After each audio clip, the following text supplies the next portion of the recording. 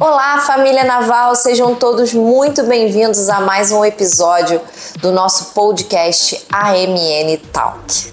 O mês de setembro é marcado pela campanha do Setembro Amarelo, que busca a prevenção do suicídio e propõe um diálogo aberto sobre o tema, visando reduzir o número de casos.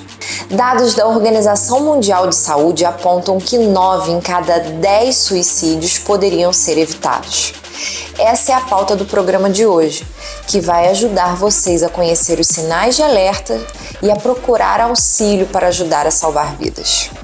E quem vai conversar conosco hoje sobre a campanha do Setembro Amarelo e nos dar essa honra, esse privilégio de estar aqui conosco no AMN Talk, é a capitão de fragata, psicóloga Natália, vice-diretora do Serviço de Assistência Social da Marinha.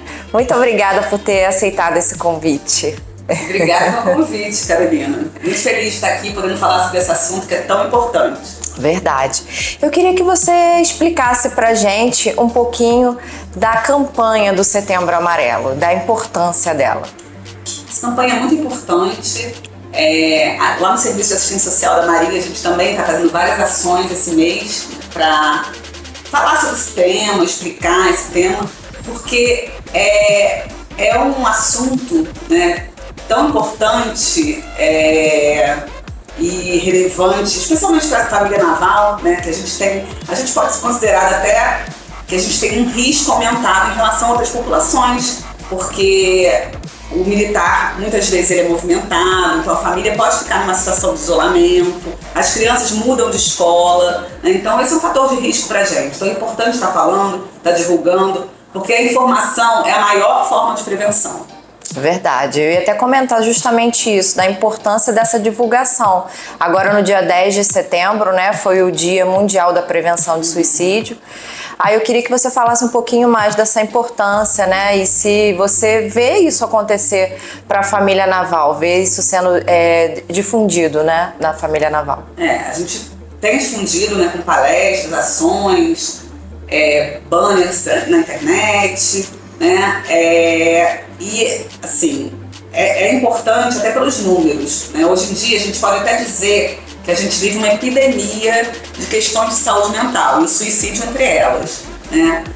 Eu estava até lendo sobre o assunto, mas sobre as estatísticas mais atuais, e a cada 40 segundos uma pessoa se suicida no mundo, né? O número mundial é cerca de 20 milhões de casos por ano, então é um número muito elevado. Muito grande. Hoje é a terceira causa de morte entre jovens, entre 15 e 29 anos. Então é muito relevante. E cada suicídio vai afetar mais de 10 pessoas, porque é um tipo de acontecimento, né, de evento, né, que é multifatorial. A gente não pode dizer que é apenas uma causa levou aquilo, né? Mas tem um impacto muito grande em todo mundo do entorno. Mesmo dentro de uma organização militar, quando acontece um suicídio, sendo ele a bordo ou não, né, ele tem um potencial assim, de causar, né, assim, dor, causar sentimentos negativos em toda aquela população, né? Ele vai além da família, vai além dos amigos, assim, atinge a todos que conviviam com aquela pessoa, né? A gente fica se questionando, será que eu poderia ter feito alguma coisa, né? Será que eu poderia ter ajudado? Falado alguma coisa? Será que eu não vi um sinal, né? Então a informação é isso, é a gente saber quais são esses sinais, né? O que a pessoa, como é que eu posso detectar isso, como é que para poder ajudar, né? Então a informação que a gente chama de psicoeducação é importantíssimo, né, para a gente conseguir identificar no nosso meio, na nossa família, no nosso trabalho, sinais de que alguém está sofrendo e que pode, de repente, tentar tirar a própria vida. E quais são os transtornos mais comuns hoje em dia?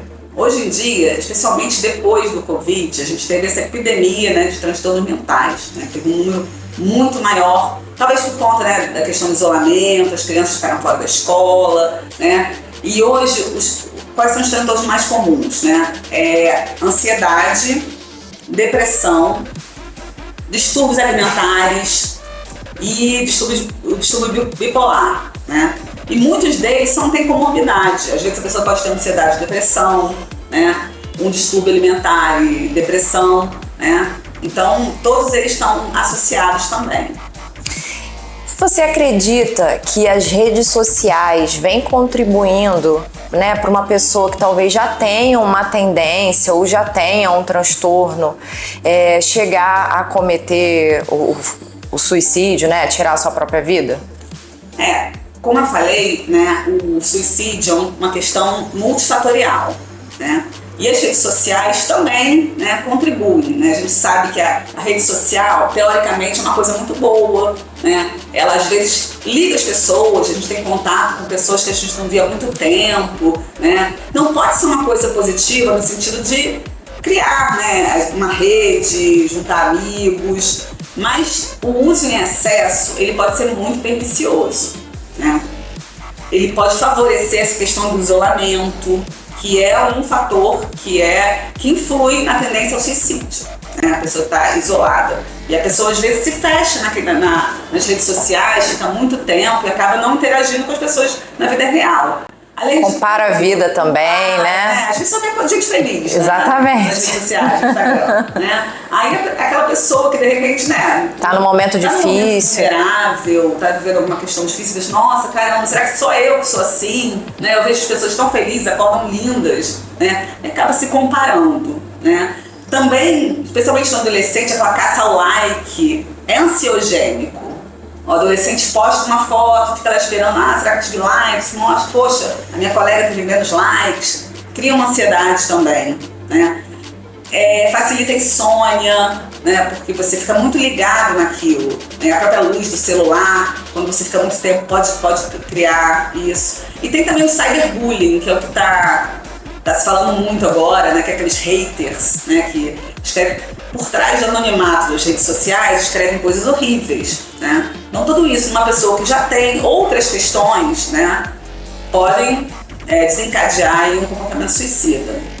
Normalmente as pessoas começam a manifestar comportamentos depressivos ainda na infância e na adolescência, até aquele número estatístico, né, que você já mencionou aqui pra gente.